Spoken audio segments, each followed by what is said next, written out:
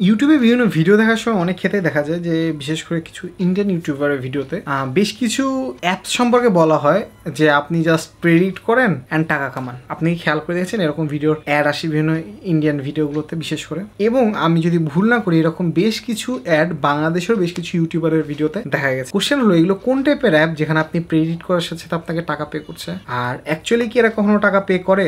এইগুলোকে এক কথা যদি আমি বলি এগুলোকে বলা হয় অনলাইন গ্যাম্বল, এবং এইটা বাংলাদেশে নিষিদ্ধ। আজকে আমরা এটা নিয়ে কথা বলবো, কেন নিষিদ্ধ, কি এবং এর ডিটেল নিয়ে। তো চলেন দেরি না করে শুরু করা যাক।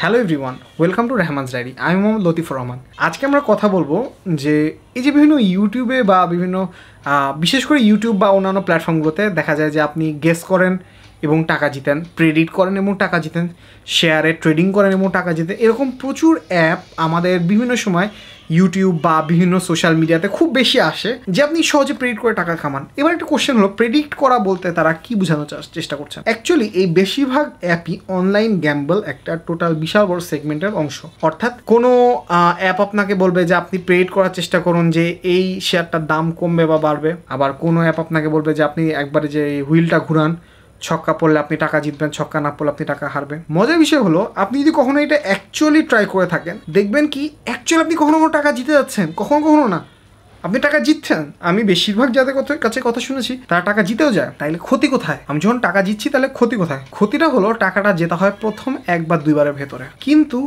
সমস্যা হয়ে যায় মানুষজন যখন একবার দুবার জিতে যায়, মানুষের তখন একটা নেশার মতো কাজ করে, মানুষের একটা গ্রিড কাজ করে, যার ফলে সে পরের বার যেই টাকা তার জিতেছিল তার চেয়ে বেশি আবার ইনভেস্ট করে ফেলে।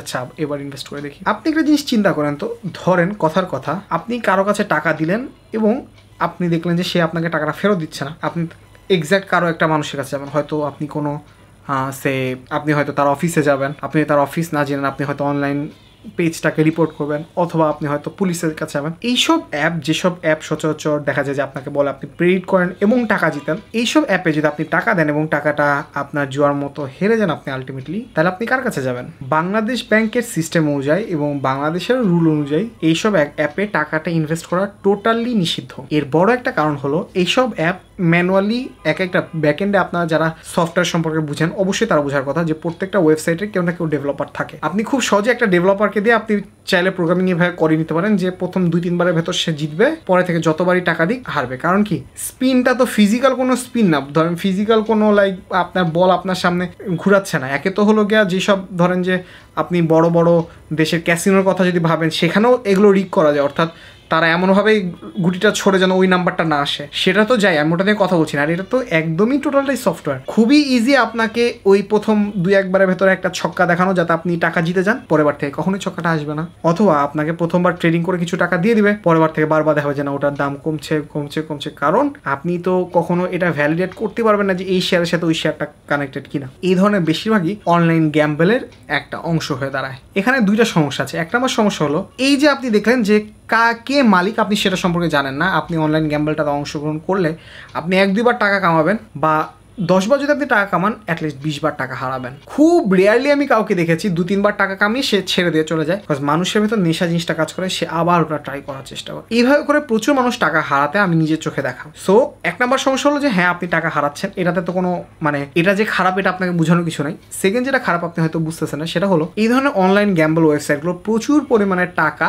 আপনার বাংলাদেশ থেকে পাচার করে ফেলে। হ্যাঁ আপনি যদি আমাকে বলেন যে না অন্যান্যরা হ্যান ত্যান, আমি পলিটিক্যাল বা এরকম কোনো টপিকে যাচ্ছি না, আমার হাতে যতটুকু আছে আমি সেইটুকু সম্পর্কে বলছি যে আমি একজন সতর্ক বা একজন সচেতন ইউটিউব বা নেট ব্যবহারকারী হিসাবে অবশ্যই আমি এমন কোনো অ্যাপ ইউজ করব না যেখানে আমাকে এই ধরনের ফাইন্যান্সিয়াল কোনো কিছু অফার করছে বা এরকম কিছু। এবং শুধুমাত্র এটার কথা আমি বলছি তাই না, আপনি যদি দেখেন যে আপনার যদি কোনো ফাইন্যান্সিয়াল অ্যাপ থাকে, অর্থাৎ আপনার ব্যাংকের কোনো একটা অ্যাপ আছে, অথবা আপনি হয়তো কোনো একটা ফাইন্যান্সিয়াল ইনস্টিটিউশনে, যেমন ধরেন যে কোনো একটা ওই যারা টাকা ডিপোজিট রাখে, হয়তো কোনো এনজিও হতে পারে, অথবা আইপিডিসি, আইডিএলসি, এরকম কোনো জায়গা হতে পারে, এরকম কোথায় টাকা রাখছেন, অবশ্যই আপনার ফাইন্যান্সিয়াল যেসব অ্যাপ আছে অ্যাপগুলোকে যথেষ্ট সিকিউরিটি আপনাকে নিজেকে এনশিওর করতে হবে। কারণ আপনি যদি কোনোভাবে কোনোভাবে এই অ্যাপগুলোর অ্যাক্সেস অন্য কাউকে দিয়ে ফেলেন, এইটার দায় কোনোভাবে কোনো ফাইন্যান্সিয়াল ইনস্টিটিউশন নিবে না। কারণ প্রত্যেকটা অ্যাপই তার কোনো একটা ট্রানজ্যাকশন, কোনো একটা লেনদেন করার জন্য বাংলাদেশ ব্যাংকের অনুমোদন অনুযায়ী তারা আপনাকে 2 ফ্যাক্টর অথেন্টিকেশন করে ফেলেন। এখন আপনি 2 ফ্যাক্টর অথেন্টিকেশন করেই কাউকে আপনার অ্যাক্সেসটা দিয়ে দিলেন, অর্থাৎ আপনি কাউকে আপনার অ্যাপটা ইউজ করার অনুমতি বাই চান্স দিয়ে ফেললেন, সে ওখান থেকে সব টাকা বের করে নিলেও ব্যাংক বা ওই সব ফাইন্যান্সিয়াল ইনস্টিটিউশন কেউ এটার জন্য দায়বদ্ধ থাকবে না।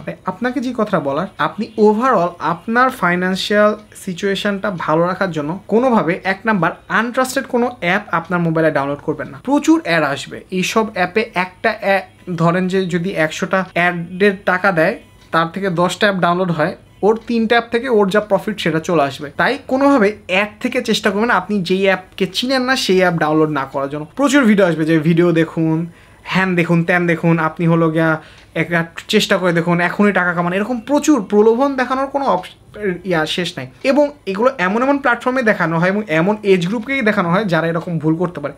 বিশেষ করে বর্তমান সময় দেখা গেছে 30 ঊর্ধ্ব যারা থাকে তাদেরকে এইসব মানে কি বলবো যে ভুংচুং বোঝানোটা খুব বেশি ইজি হয়ে দাঁড়ায়। কারণ এখনকার যারা একটু 20-এর নিচে যারা আছে তারা এগুলো বুঝতে পারে অনেক ক্ষেত্রে যে হ্যাঁ এটা একটা গ্যাম্বল টাইপের কিছু, তার ফলে তাদেরকে টার্গেট করাটা টাফ হয়ে দাঁড়ায়। কিন্তু 30 ঊর্ধ্ব অনেকে দেখা যায় যে এই ভুলটা করে বসে। তারা মনে করে যে হ্যাঁ একটা অ্যাপ আমি গুগল প্লে স্টোর থেকে নামাচ্ছি। গুগল প্লে স্টোর সবগুলো অ্যাপকে টেস্ট করে দেখে না, এটা আপনাকে মাথায় রাখতে হবে।